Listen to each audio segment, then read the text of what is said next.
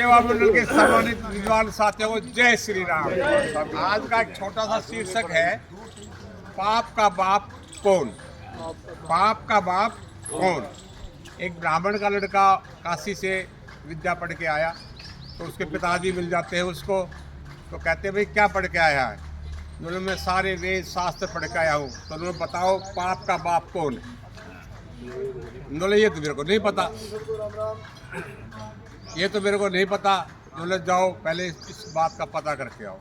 तो वो अपने वैसे जैसा आया था वैसे ही चल देता है, भूखा प्यासा हो जाता है। रास्ते में नगर से बाहर जब वो जाता है तो एक वेश्या का घर होता है, गाय बंधी है, तुलसी लगी है, लिपा हुआ है उसने।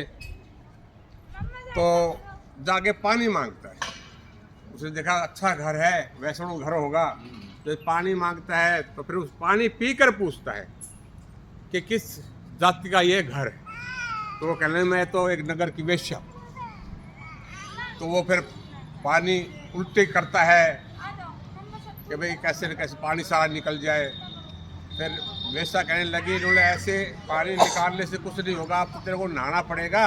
तेरे पानी तो पी लिया, तो भूखा प्यासा है, तो तू भोजन भी कर ले। उन्होंने नहीं भोजन नहीं करूँगा मैं।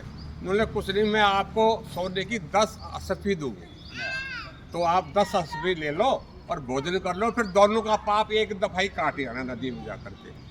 तो वो राजी हो जाता है। तो फिर वो कहते शर्त एक है कि मैं गंगा जल के पानी से स्वयं बनाऊंगा, भोजन में स्वयं बनाऊंगा।